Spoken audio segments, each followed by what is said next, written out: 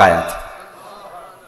اور پھر معبد حضور کا حلیہ بیان کرتی ہے۔ ایک دیہاتی سی عورت ہے، میں وہ سارے لفظ تو بیان نہیں کر سکوں گا، وہ ایک لمبی حدیث ہے، لیکن چند لفظ معبد کے آپ کے سامنے رکھوں گا کہ اس بادیہ نشین خاتون نے حضور کا نقشہ کیسے کھینچا اور کیسے حضور کا حلیہ بیان کیا۔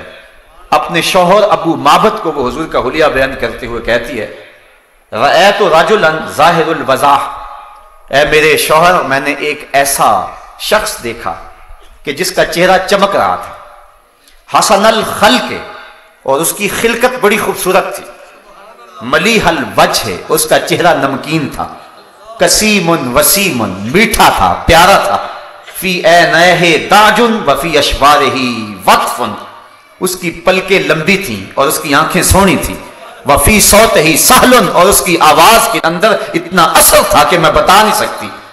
اس نے حضور کے حلیے میں ایک لمبی گفتگو کی، لیکن آخری دو لفظ جس کے لیے میں یہ حدیث پڑھنے لگا ہوں اور آپ کو لطف آ جائے گا، میں کہتا ہوں ساری نسلیں معبد کے ان دو جملوں پہ قربان۔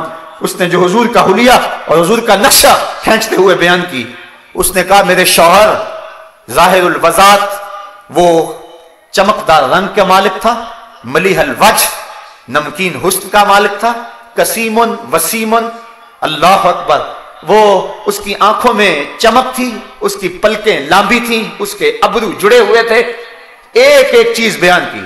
اور آخر میں معبد نے جو حضور کے نقشے کو اپنے شوہر ابو معبد کے سامنے رکھا، وہ لفظ سنیے، اس نے کہا ابہى الناس واجملهم من بعید واحلاهم واحسنهم من قریب، اے ابو معبد کیا پوچھتا ہے کہ وہ مبارک کیسا ہے، تجھے دو لفظوں میں اس کا نقشہ نہ بتاؤں کہ وہ کیسا تھا؟ کہا ابو معبد جب وہ دور سے آ رہا تھا تو بڑا سونا لگتا تھا، جب قریب آ گیا تو اور سونا لگتا تھا۔ جب دور تھا تو سونا لگتا تھا، کچھ لوگ دور ہوتے ہیں تو اچھے لگتے ہیں، لیکن قریب آ کے بات کچھ اور ہوتی ہے۔ وہ کیا کسی نے کہا اس کے لہجے میں یوں تو برف تھی، لیکن جو چھو کے دیکھا تو ہاتھ جل گئے۔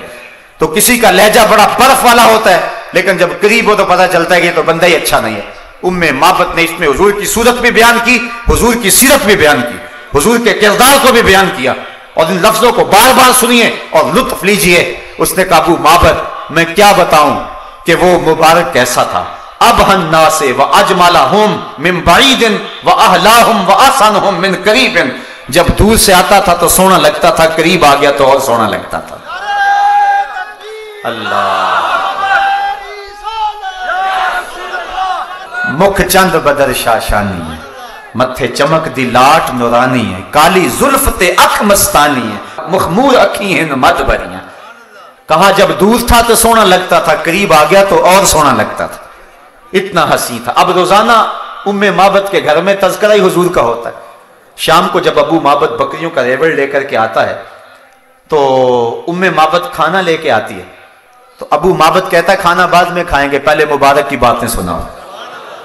اور روزانہ وہ حضور کا تذکرہ چھیڑ لیتے ہیں کہ مبارک نے یوں بکری کے اوپر ہاتھ پھیرا اور یوں اس نے اپنی ٹانگیں چوڑی کر لی، اور ساتھ وہ بچہ جو اس نے بھی حضور کو دیکھا ہوا تھا وہ بھی کبھی کبھی کہتا ہے اماں وہ مبارک نے کیسے ہاتھ پھیرا تھا، ہمارے سارے برتن کیسے بھر گئے تھے، وہ کیسے بولتا تھا، اس کے ساتھ والا کیسا ادب کرتا تھا اس کا۔ روزانہ ان کے گھر میں شام کو حضور کا تذکرہ ہوتا ہے۔ اگر اس کو سادے لہجے میں کہہ لیں تو یوں کہہ سکتے ہیں کہ معبد کے گھر میں روزانہ شام کو محفل میلاد ہوتی ہے۔ روزانہ جب وہ ریوڑ لے کر کے آتا ہے اور معبد کھانا پیش کرتی ہے، وہ کہتا کھانا بعد میں کھائیں گے، پہلے مبارک کی باتیں سنائیں۔ یہ اصل غذا بن گئی ان کی۔ ایک دن قریب بستی سے سودا سلف لینے کے لیے معبد اپنے بچے کے ساتھ گئی، لیکن وہاں سے سودا نہ ملا تو آگے چلی گئی اور شہر مدینہ میں پہنچ گئے۔ اسے نہیں پتا تھا کہ مبارک یہاں آیا ہوا ہے۔ وہاں پہنچی، سودا خرید رہی ہے، اچانک بازار سے حضرت ابو بکر صدیق رضی اللہ تعالی عنہ گزرے۔ معبد کی نظر تو نہ پڑی لیکن بچے کی نظر پڑ گئی۔ فصاح الطفل یا اماہ ھذا صاحب المبارک، اس بچے نے چیخنا شروع کر دیا، کہا امی وہ مبارک کے ساتھ جو ساتھی تھا وہ جا رہا ہے، وہ جو مبارک کے ساتھ اس نے بندہ تھا وہ جا رہا ہے۔ معبد دوڑ کر کے حضرت ابو بکر صدیق کے پاس جا کھڑی ہو گئی اور کہا این المبارک، مبارک کہاں ہے؟ مبارک ہے، تم تو مل گئے ہو، مبارک کا بھی پتہ بتاؤ وہ کہاں ہے؟ اب حضرت ابو بکر صدیق رضی اللہ تعالیٰ عنہ 2 لمحوں کے لیے پریشان ہو گئے کہ یہ کس مبارک کا پتہ پوچھ رہی، چونکہ انہوں نے نام تو اپنے طور پر رکھا ہوا تھا، تو کہا مبارک کہاں ہے؟ حضور سیدنا صدیق اکبر نے فرمایا کیا پوچھ رہی ہے؟ کہا اس دن مبارک جس نے بکری کے اوپر ہاتھ پھیرا تھا، آپ سمجھ گئے یہ تو وہ بادیہ نشین عورت ہے۔ کہا آؤ تمہیں مبارک کے ڈیرے پہ لے چل۔ حضور علیہ السلام سینے مسجد نبوی میں بیٹھے ہوئے تھے، تو ام معبد اور اس کا بچہ حضرت ابوبکر صدیق کے ساتھ جا رہے ہیں۔ جب حضور پہ نظر پڑی تو بچے نے کہا اے امی وہ دیکھو مبارک بیٹھا ہوا ہے۔ اور پھر حضور علیہ السلام کی صحبت میں انہوں نے کچھ وقت گزارا اور ایمان کی دولت نصیب ہوئی اور واپس پلٹ آئے۔ شام کو جب ابو معبد بکریوں کا ریوڑ لے کر واپس پلٹا تو کچی کلی پہ پھر دوبارہ نور برستے دیکھا، تو ام معبد سے پوچھتا ہے آج مبارک پھر آیا تھا؟ آج مبارک پھر گزرا تھا؟ ام معبد کہتی ہے نہیں۔ تو کہا یہ گھر کا ماحول تو بتاتا ہے کہ کوئی آیا تھا۔ کہا مبارک تو نہیں آیا، ہم مبارک کو دیکھ آئے ہیں، ہم مبارک کو مل آئے ہیں۔ کہنے لگا جلدی بتاؤ کہاں رہتا ہے؟ کہا جس کو دنیا محمد کہتی ہے اسے ہم مبارک کہتے ہیں۔ اللہ اکبر۔ حضرت ام معبد کی وہ بکری عام الرماد تک زندہ رہی، اور یہ حضرت عمر فاروق کے دور خلافت میں عام الرماد آیا تھا۔ عام الرماد تک زندہ رہی اور عام الرماد تک مسلسل دودھ دیتی رہی، اور علماء کہتے ہیں، سیرت نگاروں نے لکھا ہے کہ اس ڈیرے پر جتنے بھی گھر تھے سارے اس بکری کے دودھ کی کھیر بنا کے کھاتے تھے اور پھر بھی ختم نہیں ہوتی تھی، اور وہ کتنے سال زندہ رہی، مسلسل دودھ دیتی رہی، کیونکہ اس کے اوپر حضور کا ہاتھ جو آ گیا تھا۔ تو وہ عرض کرتی ابہن الناس واجملہم من بعید واحلاہم واحسنہم من قریب، میں کیا بتاؤں کتنا سونا ہے، دور سے بھی سونا تھا، قریب سے بھی سونا ہے۔ اللہ کے محبوب علیہ السلام ایک دن سیر کرتے کرتے باہر جنگل میں تشریف لے گئے۔ وہاں ایک قافلے نے پڑاؤ ڈالا ہوا تھا، وفد طارق نے۔ حضور علیہ السلام نے دیکھا کہ ان کا ایک سرخ رنگ کا اونٹ وہاں چل رہا ہے۔ اہل قافلہ سے پوچھا اونٹ بیچتے ہو؟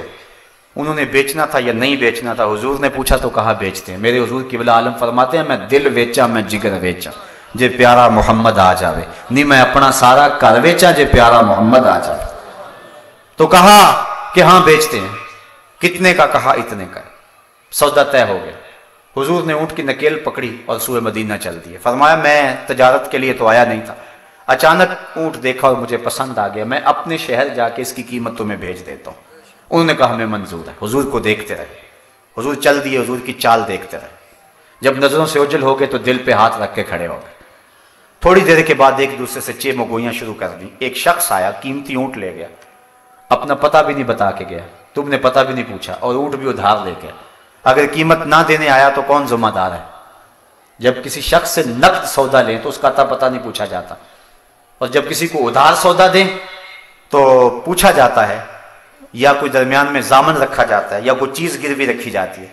کہ ایک شخص آیا، ادھار سودا لے گیا، تم نے پتہ بھی نہیں پوچھا، درمیان میں ضامن بھی کوئی نہیں، کوئی چیز بھی گروی بھی نہیں رکھ کے گیا، تو اگر وہ نہ قیمت دینے آیا تو کون ذمہ دار ہوگا؟ یار سب دھیان لگے رہے، کوئی اس کا پتہ ہی پوچھ لیتا۔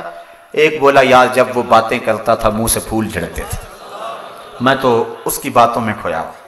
دوسرا بولا اذا سر استنار وجہہ، جب وہ خوش ہوتا تھا چہرے کی لکیروں سے نور نکلتا تھا۔ دوسرا بولا اذا ضاحک یتلالأ فی الجدر، جب وہ مسکراتا تھا سامنے والے پہاڑوں پہ چمک پڑتی تھی۔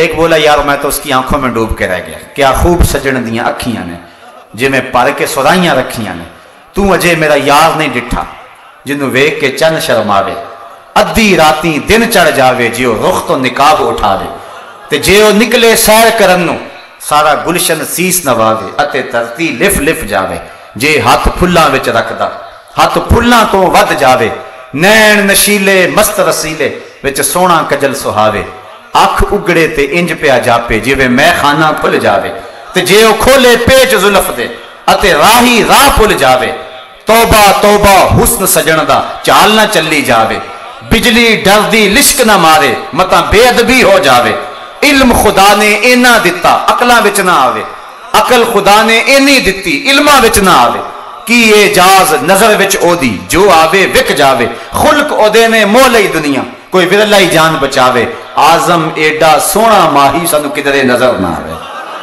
کہا بہرحال تم اس کے حسن میں کھوئے رہے اور وہ قیمتی اونٹ ہتھیا کے لے گیا، اب وہ واپس نہیں آئے گا، اب سنیے خوبصورت لفظ